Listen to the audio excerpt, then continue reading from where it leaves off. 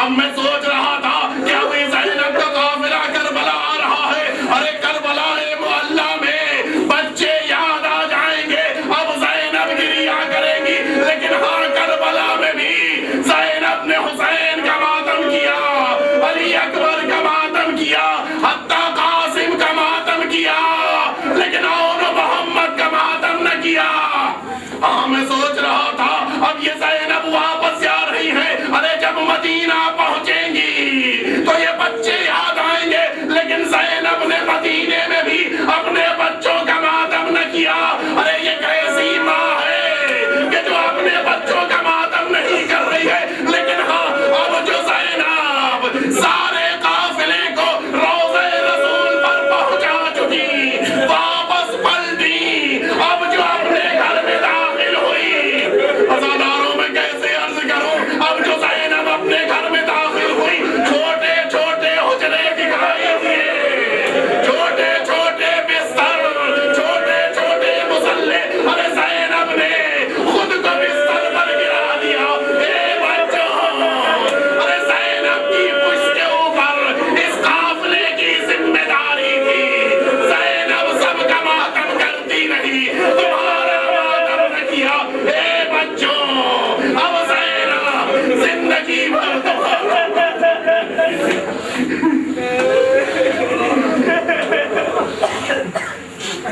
لعنة الله على القوم الظالمين وسيعلم الذين ظلموا أي منقلب ينقلبون إلهي بحق الزهراء وأبيها وبعلها وبنيها والسر المستودع فيها خداوند ان آنسوؤں کو رومال شہزادی دو عالم میں جگہ عنایت فرما۔